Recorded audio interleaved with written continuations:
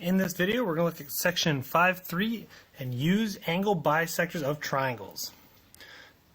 So what we're going to do is we'll use angle bisectors to find the distance relationships. So an angle bisector, keep in mind, is a ray that divides an angle into two congruent adjacent angles. And also remember, the distance from a point to a line is the length of a perpendicular segment. So anytime you have two points that you need to connect, remember it's always a straight line. So if I have this line and this point, the shortest distance is always going to be perpendicular. That's what we're talking about, okay? It's always perpendicular. So theorem 5.5, we have the angle bisector theorem. If a point is on the bisector of an angle, then it is equidistant from the two sides of the angle. So what they're saying, if AD is an angle bisector, meaning both angles it cuts it in half and are equal, that means BD and CD are the exact same. They are congruent. That's what they're saying. Okay? Remember, and they have to go to the same point. So both B and D connect to point D. Then the converse, if a point is in the interior of an angle and is equidistant from the sides, so what they're showing here, BD and CD, they are equidistant and they're perpendicular. That is key. That means that it lies on an angle bisector. So AD would have to be an angle bisector at that point. So use the angle bisector theorem. So find the measure of GFJ. So what they show us is that first off we have the same distance GJ and HJ are the exact same distance of 7. So they're congruent and they're both perpendicular. So the distance is the exact same because they're both perpendicular. So that tells us if one angle is 42, well, since JF has to be an angle bisector because of equal distance and perpendicular lines, that means GFJ would also have to be 42 degrees. They would be congruent. So for what value of X does P lie on an angle bisector? So if we want an angle bisector right there, that tells us that since we have perpendicular lines of CP and BP, that means x plus 3 and 2x minus 1 would have to be equal for this to be true. So I'm going to subtract x from both sides. So I get x minus 1 equals 3, and then I'm going to add 1 to both sides. So x would have to be 4.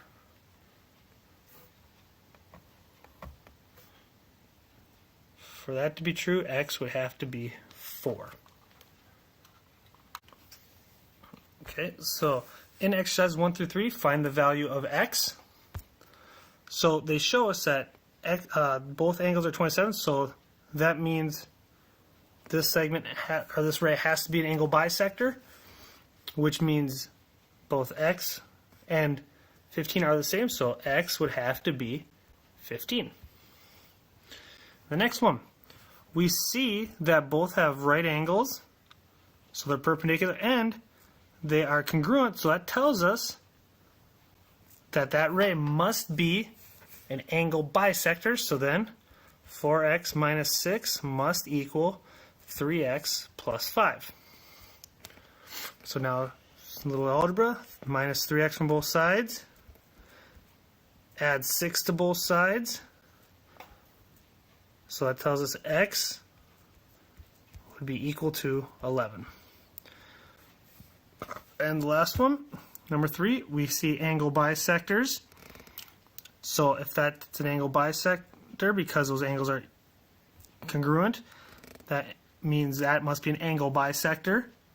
So then we have two right angles, so that means this segment and this segment are congruent, so we get 6x is minus 15, or 5, excuse me, is equal to 5x. So I'm going to subtract 5x from both sides, and I'm going to add 5 to both sides. So from there, we just get x is equal to 5.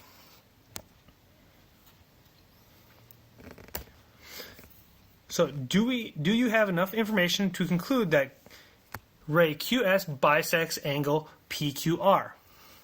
So we see a couple things. We see that PS is congruent to SR, but we don't know anything else. It doesn't tell us anything about the angles being congruent. It doesn't show us that we have right angles on our distances. So no would need perpendicular lines. Oh, that's a bad P right there. Let's fix that. Perpendicular lines or congruent angles. Concurrency of an angle bisectors of a triangle. So the angle bisectors of a triangle intersect at a point that is equidistant from the sides of a triangle. So if we're looking at a triangle now, we can see that if AP, BP, and CP are all angle bisectors, so we got congruent angles, congruent angles, congruent angles, that means the distance from P to every side of the triangle would be congruent. That's all it says. And this is what we call the incenter, the point of concurrency of three angle bisectors of a triangle. So wherever the incenter is of a triangle, it is the same distance to all three sides. And remember, that distance will always be perpendicular. So if we use the concurrency of angle bisectors, or the incenter in the diagram, and as the incenter of triangle ABC, find ND. So if we have these three sides here, we know that N is the incenter. That means that distance is the same as that distance, which is the same as that distance. EN is equal to FN, which is equal to DN.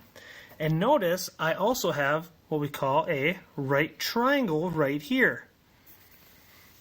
And to find the third side of a right triangle, we're going to use the Pythagorean theorem. I'm just going to call this A. So I would have A squared plus 16 squared is equal to 20 squared. So I'd get A squared plus 256 is equal to 400. I'm going to subtract 256 from both sides. So we get A squared is equal to 144. And the square root on both sides, so we get A would be equal to 12. So if NF is 12, that means ND would also have to be 12.